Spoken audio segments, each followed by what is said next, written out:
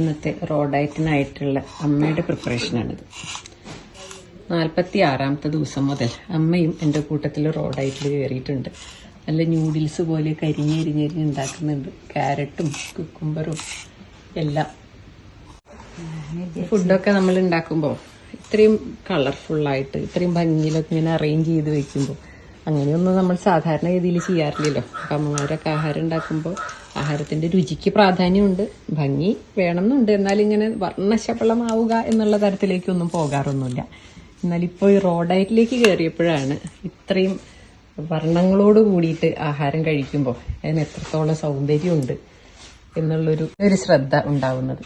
ഇതിൽ 2 തരത്തിലുള്ള ചമ്മന്തിയൊക്കെ ഉണ്ട്. ഒരു തേങ്ങാ ചമ്മന്തി, തക്കാളി ചമ്മന്തി, അങ്ങനെ പലതും ഉണ്ട്. ഇപ്പം അമ്മ ഇതിൽ ചെറുപയറൊക്കെ ഇട്ട് അലങ്കരിച്ചുകൊണ്ടിരിക്കുകയാണ്. ചെറുപയറും ഉലുവ മുളപ്പിച്ചതും, പിന്നെ അതിലേക്ക് സവോളയുണ്ട്, പിന്നെ ചെറുനാരങ്ങ നീരും ഉപ്പും കുറച്ച് ഇഞ്ചി നീരൊക്കെ ചേർത്തിട്ടുണ്ട്. അങ്ങനെ ആകപ്പാടൊന്ന് അലങ്കരിച്ച് ഭംഗിയാക്കിക്കൊണ്ടിരിക്കുകയാണ്. എന്തായാലും സംഭവം നല്ല അടിപൊളിയായിട്ട് വരുന്നുണ്ട്. ഒരുങ്ങി എന്തായാലും ഒരാൾക്കുള്ള ആഹാരം, ഇത്രയൊക്കെ ഒരാൾ ആഹാരം ഒരു ദിവസം ഒരു നേരം കഴിച്ചാൽ അതിൽ നിന്ന് അത്യാവശ്യത്തിന് അദ്ദേഹത്തിന് വേണ്ട, ഒരു വ്യക്തിക്ക് വേണ്ട പോഷണം സമൃദ്ധിയായിട്ട് ലഭിക്കും. കാരണം ഇതിലെല്ലാം ഉണ്ട്. പച്ചക്കറികളുണ്ട്, നാളികേരമുണ്ട്, പയറുവർഗ്ഗമുണ്ട്, വിത്തുകളുണ്ട്, എല്ലാം ഉണ്ട്.